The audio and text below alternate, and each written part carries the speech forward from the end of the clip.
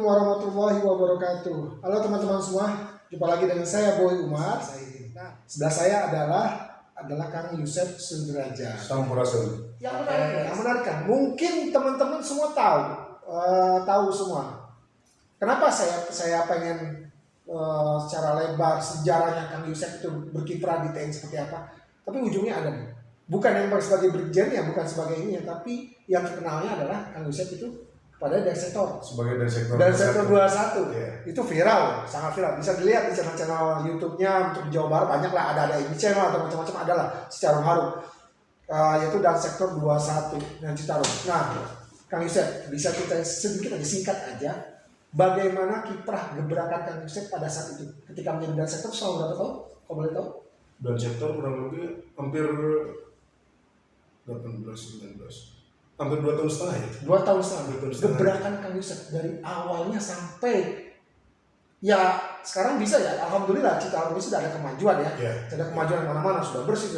Cuma di daerah 21 ini asal teman-teman tahu, mungkin saya akan flashback teman tahu bahwa ini daerah yang banyak banget pabriknya, betul lah, 331 kalau nggak salah ya, 350-an ya, dengan yang kecil-kecil itu. Belum yang kecil-kecil, terus daerah banyak bantaran sungai yang dipakai untuk lahan rumah juga.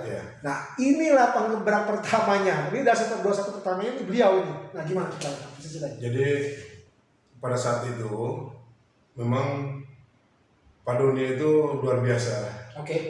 Beliau jadi Pangdam, baru 1 hari, besoknya kita udah dikumpulkan untuk melihat kondisi Citarum. Ya, kondisi Citarum. Di tahun 2017 bulan Desember, Pak Doni kan jadi Pangdam itu. Pelantikan hari ini, besoknya kita udah dikumpulkan, udah berbicara tentang Citarum, bagaimana waktu itu Citarum merupakan udah viral ya di jagat maya itu, bahwa Citarum itu menjadi tempat sampah terpanjang terbesar di dunia. Dan sungai terkotor. Iya, sungai terkotor. Satu di dunia. Sungai terkotor itu. Itu yang membuat kita prajurit-prajurit Siliwangi yang dibilang Maung Siliwangi itu tergugah lah, terutama Pangdam waktu itu ya. Karena terus terang aja, prajurit Siliwangi itu di mana-mana bertugas selalu menjadi maung-maung, harimau-harimau yang disukai, disenangi oleh masyarakat setempat dan disegani oleh lawan-lawannya. Baik di Aceh, di Papua, di Ambon, dimanapun, zaman DTI dulu, zaman PKI, ada historinya ya. Oh itu namanya Siliwangi itu kodam yang legendaris. Nah, Pak Doni bilang bahwa masa ke tempat lain bagus, di tempat sendiri tidak bisa membersihkan Citarum gitu. Nanti lama-lama bukan jadi macan, jadi maung, meong katanya kan. Nah, disitulah terbuka kita prajurit untuk segera memperbaiki sungai Citarum itu. Makanya Pak Doni buat tiada hari tanpa bicara tentang Citarum waktu itu. Oke lah, Kang Yusef istilahnya di brainstorming membuat Pak Doni sama Dasar. Ya semua. Di brainstorming. Nah, langkah awal Kang Yusef ketika masuk di sektor 21 apa gebrakannya? Kita awal-awal memang hanya mengumpulkan ya, mengumpul data-data semua divideokan, semua diambil data-data kotoran-kotoran itu, termasuk pembuangan limbah-limbah di pabrik itu. Karena ternyata kotornya Citarum itu sebagian besar diakibatkan oleh sampah-sampah, limbah pabrik, limbah rumah tangga, kotoran hewan, dan lain sebagainya yang berasal dari Kota Bandung, Kabupaten Bandung, dengan sungai-sungai kecilnya itu semua masuk ke Sungai Citarum. Nah, disitulah kita lihat, karena saya juga asli orang Sunda ya. Oh ya, sebelum saya kan asli orang Sunda nih. Dulu saya SMA itu di Balenda kan. Sehingga soalnya gini, saya potong. Soalnya banyak yang bilang Kang Yusef bukan orang Sunda katanya. Orang Ambon ya? Iya, Ambon kan orang luar pokoknya. Kenapa itu Kang Yusef? Ya, waktu pas Kang Yusef sebagai dan sektor kan.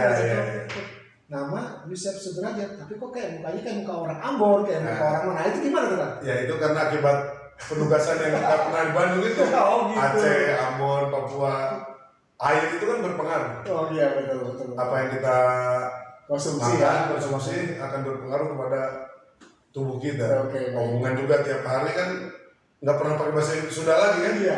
Di sana bahasa Indonesia keras ya terbiasa itu. Oh, jadi orang pertama terkesan bahwa Kang Yusef itu bukan orang Sunda, tapi ternyata Kang Yusef pasti orang Sunda. Nah di Bangladesh gimana? Oke lanjut. Jadi tahun 80-an saya sekolah itu kan rumah saya di Gang Gemah ya di Muhammad Toha. Sekolah di SMA Karya Pembangunan di Balenda.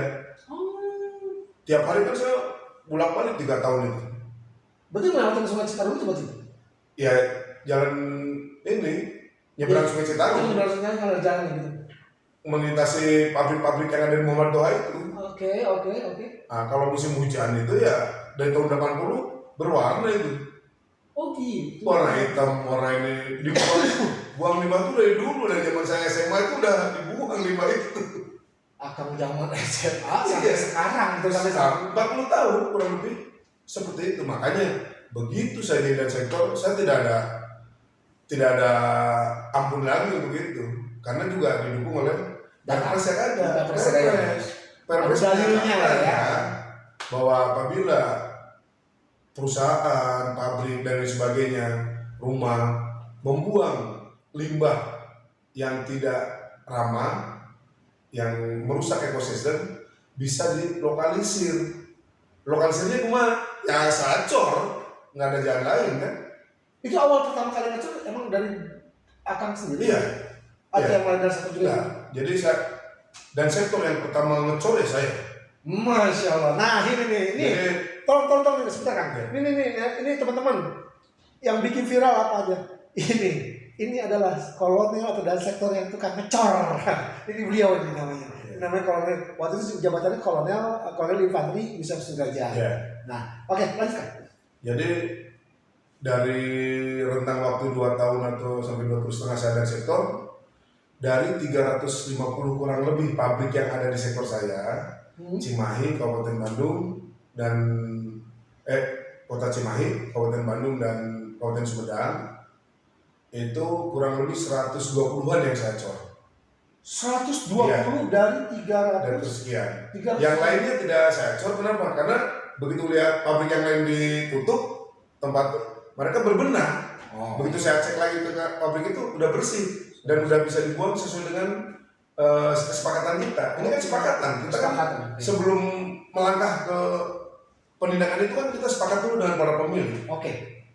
Dibacakan perpresnya, sepakat untuk buang limbah ramah lingkungan, tidak merusak ekosistem, dan di IPAL-nya ada kolam isinya ikan koi dan hidup, baru itu boleh keluar airnya.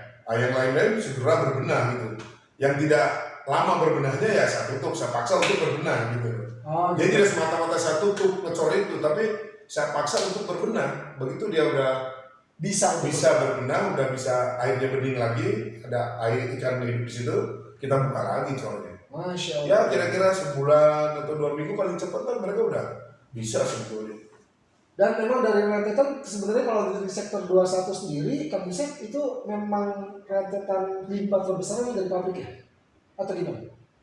Ya yang untuk mengotori sektor masuk. Kelihatannya nyata yang kotor warna itu ya pabrik. Pabrik ya. Tapi yang lain pun banyak. Sampah rumah tangga itu luar biasa. Sampai namanya tempat tidur aja ada di sungai. Iya itu sih sama melihat tempat tidur di sungai. Limbah medis juga ada. Saya melihat di situ ada bekas operasi, ada bekas usus buntu, ada bekas operasi macam-macam, ada yang suntik. Di sungai itu banyak sekali waktu itu. Kita angkatin itu berapa ribu truk mungkin. Kita angkat semua sampai bersih semua, tidak ada sampah. Nah Kang, kalau akan melihat dengan itu perjuangan Akang ya, perjuangan Akang selama 2 tahun setengah, kurang lebih 2 tahun dari 2017 akhir 2017 mulai di 2018 sampai mungkin 2020 ya 2020-an. sekarang akan lihat kan Citarum sebentar lagi nih Kang. Ya. Kurang lebih 2025. Ya. Akan lihat sendiri ketika pasti akan juga perhatiin dong. Sekarang masih banyak lah. Relawan-relawan yang dulu dengan berjuang kan, masih WA, masih hanya kondisi sekarang, masih. Nah, Akang lihat sendiri, menurut Akang gimana? Sebagai Akang yang expert nih pertama kali melihat sekarang sektor 21 seperti apa? Ya, saya pikir tentara itu kan udah sistemnya udah jalan ya, strukturnya udah jalan. Siapapun dan sektornya, dia akan melanjutkan kegiatan yang udah dilakukan oleh pendulunya.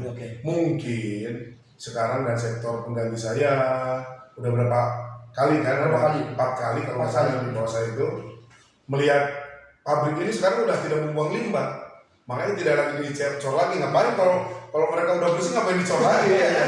Udah bersih kok. Ya, saya pikir itu yang dilihat, tapi secara keseluruhan ya kegiatan tetap dengan masyarakat, pembersihan sampah tidak boleh masuk ke sungai, penanaman pohon itu lanjut sampai sekarang. Jadi kalau menurut Kang Yusuf sebagai pensiun perwira TNI, program Citarum ini apakah harus tetap dilanjutkan oleh TNI? Ini ya untuk ke depan setelah 2025 nih Kang, apakah dilanjutkan dengan TNI atau memang harus diserahkan kepada mungkin kewilayahan setempat? Jadi awal kita diarahkan oleh pengarah itu kan Bapak Menteri ya. Iya. Nah, Pak Luhut ya. Terus dan satgasnya ada Gubernur. Dan satgasnya Pangdam sebagai untuk lingkungan hidup, Kapolda penindakan hukum ya. Nah, kita diarahkan dan diberikan pengertian bahwa pada saat Citarum Harum itu jalan sekarang mulai Perpres 2018 sampai 2025, kita bergabung dengan masyarakat dengan harapan masyarakat menjadi kader nantinya. Jadi kader-kader perubahan lingkungan, kader-kader kebersihan dan sebagainya itu ya masyarakat. Tiap-tiap RT, tiap RW, tiap kelurahan, tiap desa itu ada. Sehingga pada saat TNI dicabut, TNI tidak lagi di situ, masyarakat udah berjalan kader-kader itu gitu loh.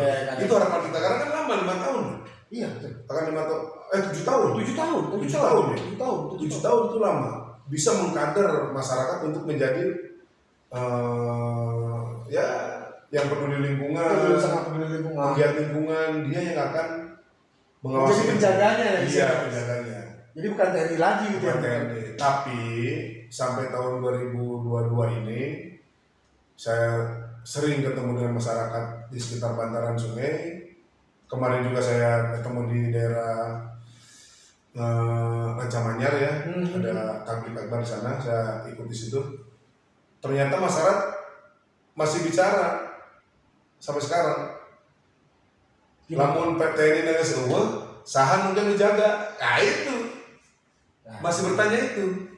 TNI 2025 selesai Perpres. Ini Citarum mau dibawa kemana katanya? Nanya ke saya. Nah, saya jawab harusnya seperti itu tadi itu yang saya ceritakan tadi kan. Ya. Tapi pada kenyataannya kan? Pada kenyataannya masyarakat masih membutuhkan TNI.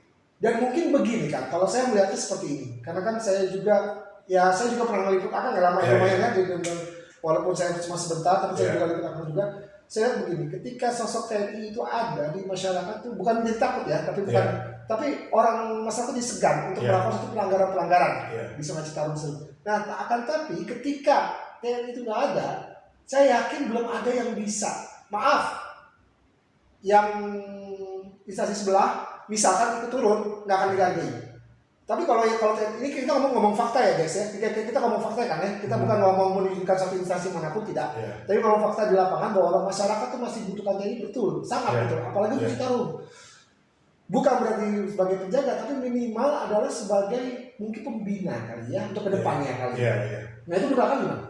Ya saya dilihat kenyataan di lapangan seperti itu, saya kan muter ketemu masyarakat. Ternyata memang masih membutuhkan. Artinya kita berharap siapapun pemerintahan ke depan setelah 2024 ada pergantian rezim kan, pergantian presiden kan. Presidennya peduli kepada Citarum, keluar dan Perpres lagi. Ya, kita berharap itu. Ya. Kita berharap itu sehingga berkesinambungan dan lebih bagus. Bila perlu nanti Citarum itu jadi tempat wisata. Terakhir Kang Yusef, mungkin pesan-pesan buat teman-teman semua, baik yang masih yang sebagai seorang militer, bukan militer, ataupun masyarakat desa apa bisa diambil dari semua ini, dari cerita Akang apa nih? Ya, jadi cerita saya yang pertama adalah hidup ini perlu perjuangan. Oke. Maka mari kita berjuang karena memang semua harus diperjuangkan. Kalau nerima apa adanya, kumaha engke, pasti akan terasa akibatnya ya tidak akan baik. Tidak akan baik. Tidak akan baik. Ya segitu-segitu aja, gitu. Statis aja gitu. Makanya harus mari kita berjuang sama-sama masuk ke hal-hal yang positif untuk memajukan bangsa ini. Oke. Salah satunya dengan channel Kang Yusef ini, Baraya Kang Yusef. Nah ini salah satunya. Baik. Nanti kita akan lihat bagaimana sepak terjang Kang Yusef dengan channelnya Baraya Kang Yusef ini seperti apa ke depan, mudah-mudahan, dan tolong di like dan subscribe. Terima kasih Kang Yusef atas waktunya. Oh ya, sebelumnya saya cuma sebagai host ini aja, host pengganti aja. Nanti host benerannya adalah Kang Yusef nih, sebagai untuk official Baraya Kang Yusefnya ya. Nanti Kang Yusef akan ngobrol panjang lebar dengan narasumber yang ciamik, baik dari bawah, dari kalangan, maksudnya dari masyarakat bawah, tengah menengah atau atas, ataupun hal unik. Pasti semua ada pembelajaran. Pasti semua ada pembelajaran di sana. Ada pembelajaran di sana. Siap. Oke, terima kasih Kang Yusef. Terima kasih Kang Boy. Oke, itu sekali lagi ya Baraya. Nah ini panggilannya adalah Baraya. Oke, Baraya Kang Yusef. Baraya Kang Yusef. Oke, terima kasih Pak Yusef. Terima kasih juga buat Baraya yang sudah nonton. Tolong di like dan subscribe ya. Baik, Kang Yusef, nuhun pisan. Assalamualaikum warahmatullahi wabarakatuh.